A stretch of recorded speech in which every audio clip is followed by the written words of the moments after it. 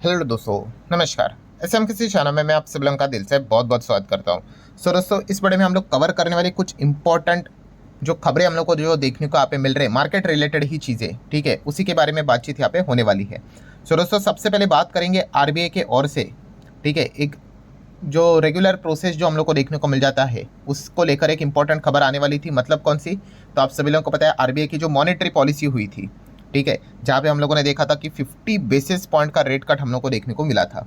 सो उस मीटिंग के बाद क्या होता है आप सभी लोगों को पता है। यस, मिनट्स ऑफ मीटिंग का इंतजार किया जाता है कि मिनट्स ऑफ मीटिंग मतलब क्या कि उस मीटिंग में इंटरनली क्या बातचीत हुई थी उसको यहाँ पे शॉर्ट में नोट किया जाता है, लिखा जाता है, ठीक है। ऑल ओवर दी वर्ल्ड आप देख सकते हो, वेदर फेड की मीटिंग हो या फिर हमारी एमपीसी की मीटिंग हो, सब में इस प्रकार की चीज़ें हम लोग को देखने को मिल जाती है। तो मिनट्स से हमें ये पता चलता है कि मेंबर्स एग्जैक्टली क्या बोल रहे थे, उनकी क्या सोच है, उन्होंने जो डिसीजन लिया है रेट कट का उसके पीछे उनका क्या विचार था, भविष्य में क्या हो सकता है, उससे रिलेटेड सारी चीज़ें इन शॉर्ट यहाँ पे लिखी जाती है, ठीक है। एंड यही मिनट्स ऑफ मीटिंग हमारे सामने रिलीज होते हुए देखने को यहाँ पे मिल जाते हैं। इससे हमें एक अंदाज़ा निकल कर आता है कि एग्जैक्टली आगे क्या हो सकता है। सो जैसे कि अभी मैंने आपको बताया कि इंटरेस्ट रेट कट इस वक्त एमपीसी की मीटिंग में देखने को मिला था, कितना?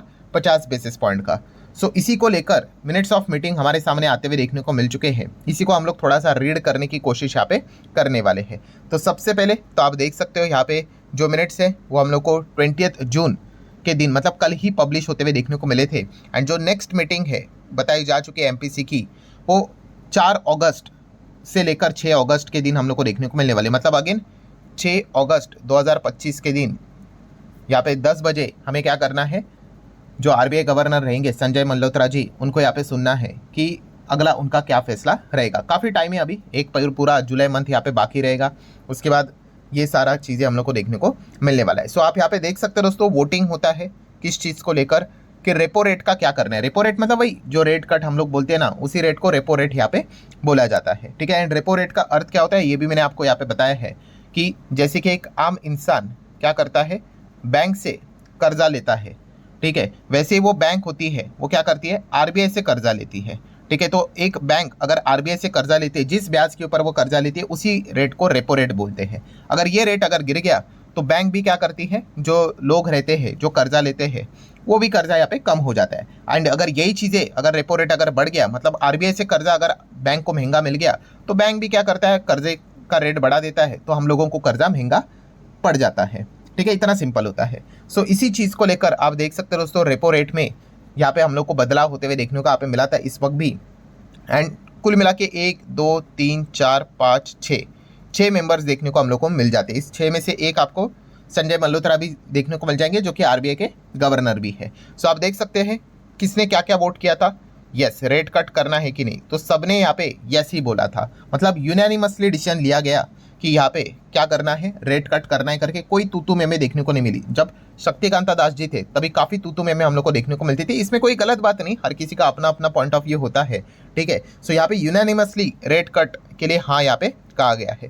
देन अगर हम लोग यहाँ पे चेक करेंगे कि किसने कितने कितने रेट की यहाँ पे कट की बात की है, तो यहाँ पे 6 में से 5 मेंबर ने 50 के रेट कट से रिलेटेड वोट यहाँ पे किया था। सिर्फ एक ही मेंबर ऐसा था जिन्होंने 25 के रेट कट की बात की, ठीक है। आप यहाँ पे देख सकते हो हर कोई 50 50 50 50 50 ओनली वन, ठीक है, 25 की यहाँ पे बात की है। कौन है तो आप यहाँ पे देख सकते हो, ठीक है। सो इन्होंने 25 की रेट कट की यहाँ पे बात क्यों की है, उसको भी अगर आप चाहो तो नीचे जाके पढ़ सकते हो, वो अपना एक्सप्लेनेशन देते, तो ज़्यादा कोई आपको टाइम वेस्ट करने की जरूरत नहीं, मैं आपको बता देता हूँ। उन्होंने कहा कि थोड़ा ग्लोबल लेवल पे अनसर्टेनिटी है, थोड़ा सा संभल कर चलेंगे, 25 का रेट कट करके चलेंगे तो ठीक रहेगा। आगे भविष्य में चीज़ें अगर सुधर जाती है तो और 25 का कर लेंगे, कोई दिक्कत की बात नहीं। बट बाकी के जितने भी मेंबर्स थे उन्होंने तो 50-50 का कर लिया है। सो ये फिलहाल तो चीज़ें हम लोगों को देखने को यहाँ पे मिल चुकी है। सो अगर आप यहाँ पे देखोगे एमपीसी के मिनट्स हमें क्या बताती है कि आरबीआई गवर्नर एक्सपेक्ट करते हैं कि rate cut front loading to support the growth in the global tension. तो ये एक्स्ट्रा रेट कट हम लोग को होते हुए देखने को यहाँ पे मिल चुके हैं। और एक ही चीज़ वो अभी इससे एक्सपेक्ट करते हैं, क्या? ग्रोथ। ग्रोथ बोले तो जीडीपी, अच्छा जीडीपी यहाँ पे होना चाहिए, अच्छा परफॉर्मेंस यहाँ पे होना चाहिए। इसीलिए यहाँ पे थोड़ा extra rate cut front loading के साथ चलते हुए देखने को यहाँ पे मिल चुका है। हालांकि एक थोड़ा सा डिसअपॉइंटमेंट वाली भी खबर हम लोग को जरूर देखने को मिल रही है। हालांकि कोई ऐसा ही सिचुएशन रहेगा, ऐसी कोई फिक्स बात नहीं होती, बट यस आरबीआई के एमपीसी के मिनट्स में ये बात भी जरूर कही है कि limited space for the more rate cut in fragile and fluid world, मतलब जो फिलहाल जो सिचुएशंस यहाँ पे चल रही है, अगर ऐसी ही चलती रही तो शायद से आने वाले समय में रेट कट ना हो, या फिर अगर हुआ तो भी बहुत ही लिमिटेड स्कोप है, ठीक है, कि और ज़्यादा रेट कट हो करके, ठीक है। तो ऑब्वियसली रेट कट जितना ज़्यादा होता है वो मार्केट के लिए अच्छी बात होती है, because liquidity directly indirectly market में आती है, ठीक है। एंड अगर रेट कट नहीं होता है तो लिक्विडिटी डायरेक्टली इनडायरेक्टली मार्केट में आते हुए देखने को नहीं मिलती है। इससे कोई दुनिया खत्म नहीं होती है, ठीक है, और ना ही कोई दुनिया एकदम आबाद हो जाती है। ये चीज़ें नॉर्मली यहाँ पे इकोनॉमी वाइज यहाँ पे सिचुएशन को देखकर यहाँ पे डील करना होता है। बट यस, ये बात उन्होंने ज़रूर बताई है कि लिमिटेड स्पेस ही है, मतलब आने वाले जितने भी एमपीसी की मीटिंग में हम देखेंगे, अगर सिचुएशन काफ़ी ज़्यादा खराब अगर ग्लोबल लेवल पे देखने को मिल रही है, क्रूड अगर 70-80 के ऊपर चल रहा है जैसा अभी चल रहा है, तो शायद से आने वाले अभी जो अगस्त मंथ में एमपीसी की मीटिंग होगी, शायद से फिर कोई भी रेट में बदलाव ना हो, यही हम एक्सपेक्ट कर सकते हैं। देख लेंगे, वो तो अगस्त आने के लिए कितना टाइम बाकी है, बट ये कुछ चीज़ें हम लोग को आरबीआई के एमपीसी के मिनट्स में देखने को यहाँ पे मिल चुकी है। देन दोस्तों आगे बढ़ेंगे, हिंदुस्तान एरोनॉटिकल्स लिमिटेड HAL को लेकर एक कंपनी के लिए कमाल की खबर देखने को मिल रही है, उसके ऊपर जाएंगे। बट उससे पहले आपको याद दिलाना चाहूँगा कि फ्री स्टॉक मार्केट क्लासेस इस चैनल के ऊपर एक आज के दिन नया लेक्चर अपलोड हो चुका है। अगर आपने नहीं देखा है तो देख लेना, लिंक आपको ऊपर आई बटन पे यहाँ पे मिल जाएगा। एंड लगे हाथ अगर आप चाहो तो let's learn stock market and finance इस चैनल को भी फॉलो यहाँ पे कर सकते हो, सब्सक्राइब कर सकते हो, क्योंकि कल टुमारो इस चैनल के ऊपर भी एक नया लेक्चर अपलोड होने वाला है। इसका लिंक भी मैंने ऊपर आई बटन पे दिया है। दोनों चैनल के लिंक वैसे आपको नीचे डिस्क्रिप्शन में अवेलेबल करवा के रखे हुए, चाहो तो सब्सक्राइब करके रख सकते हो। चलो वीडियो को कंटिन्यू कर लेते हैं। बात कहाँ पे हो रही थी? बात हो रही थी HAL को लेकर। HAL को लेकर कौन सी खबर देखने को मिल रही है? तो बिजनेस रिलेटेड खबर देखने को मिल रही है कि HAL इसरो को लेकर हम यहाँ पे बात करें दोस्तों, आप देख सकते हैं HAL win ISRO bid to build small sat launch vehicle after tech transfer, ठीक है। मतलब अगर हम लोग यहाँ पे बात कर ले SSLV, ठीक है, इससे लेकर यहाँ पे मतलब इसरो के ओर से HAL को यहाँ पे अभी ये बिड हम लोग को मतलब वो जीतते हुए देखने को मिल चुके हैं, ठीक है। मतलब कितने का ये कॉन्ट्रैक्ट आप कह सकते हो, डील बोल सकते हो, 511 करोड़ की डील हम लोग को देखने को मिल रही है। तो ये तो एक डिफेंस कंपनी है, अब इनको इससे रिलेटेड भी ये काम मिलते हुए देखने को यहाँ पे मिल रहा है, जो कि HAL फर्स्ट इंडियन फर्म बन चुकी है to back full rocket tech, ठीक है। टेक ट्रांसफर हम लोग को होते हुए देखने को मिल चुका है इसरो के ओर से HAL को, ठीक है। दोनों सरकारी ये है, ठीक है। तो ये HAL के लिए काफ़ी अच्छा खबर हम लोग को ज़रूर देखने को यहाँ पे मिल रहा है। नेक्स्ट अगर हम लोग बात करेंगे HDB फाइनेंशियल सर्विसेज, इसका IPO आने वाला है, आप सभी लोगों को पता ही है।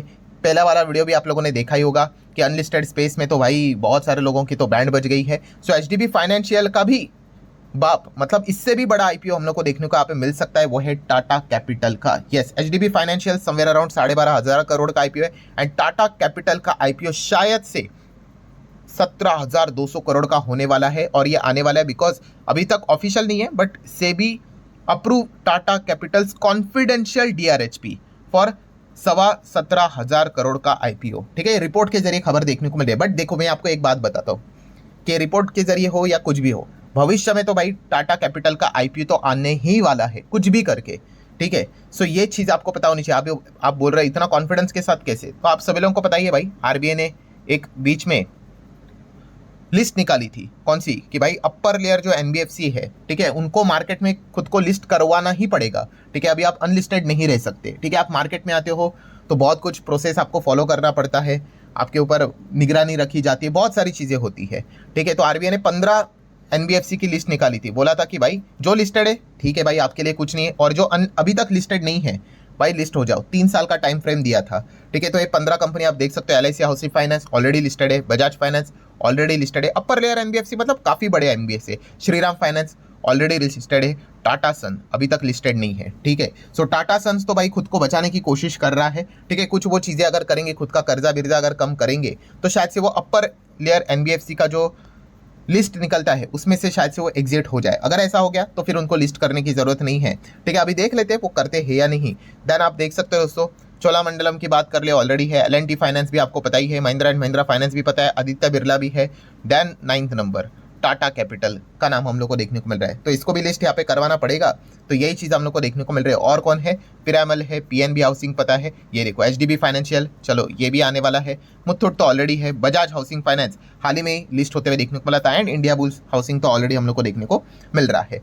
HDB भी यहाँ पे हो जाएगा। एंड उसी के साथ साथ जैसे मैंने आपको बताया कि टाटा कैपिटल भी आज नहीं तो कल तो यहाँ पे आने ही वाला है, क्योंकि अपर लेयर एनबीएफसी का रूल फुलफिल उनको करना है। टाटा मोटर की बात करेंगे दोस्तों तो एनुअल जनरल मीटिंग हम लोग को देखने को मिल चुकी है, एजीएम, एंड कंपनी के जो फिलहाल के जो चेयरमैन है एन चंद्रशेखरन जी, तो उन्होंने कुछ पॉइंट सामने रखे। सबसे पहले तो उन्होंने बताया कि Tata motor rare earth magnet source के ऊपर फोकस रखे हुए हैं। आप सभी लोगों को यहाँ पे पता ही है, फिलहाल चाइना के चलते हर कोई परेशान हो चुका है। उसी के साथ साथ उन्होंने बताया कि Tata to expand SUV as well as electric vehicle portfolio with new launches in India. ठीक है, तो एसयूवी को लेकर एंड ईवी सेगमेंट को लेकर वो अभी भी पॉजिटिव है। एंड बैड न्यूज़ की अगर बात करें, बैड न्यूज़ मतलब सेटबैक वाला बात कौन सा है, तो खुद टाटा के चेयरमैन एन चंद्रशेखरन जी ने यहाँ पे बताया कि जेएलआर को लगभग $2 बिलियन का झटका लग सकता है बिकॉज ऑफ टैरिफ। ठीक है, ये ट्रम्प टैरिफ खेल रहे हैं, इस चीज़ के चलते जेएलआर को कितना $2 बिलियन से भी ज़्यादा का झटका आ सकता है। हालांकि वो इसको कैसे कंट्रोल किया जाए डैमेज को, इसको लेकर सारी रणनीति उन्होंने यहाँ पे सामने रखी हुई है। बट येस, फिलहाल हम जरूर कह सकते हैं कि ट्रम्प के चलते टाटा मोटर इसी चीज़ के चलते परेशान होते हुए देखने को यहाँ पे मिल चुका है। सो ठीक है दोस्तों, जितने इंपॉर्टेंट अपडेट्स थे वो सारे मैंने आप लोगों के सामने रखे हैं। सो आप भी चाहो तो इनको स्टडी यहाँ पे कर सकते हो। आशा करता हूँ वीडियो हेल्पफुल लगा होगा, चाहो तो लाइक एंड शेयर भी कर देना। मिलते हैं अगले वीडियो में, तब तक के लिए बाय बाय।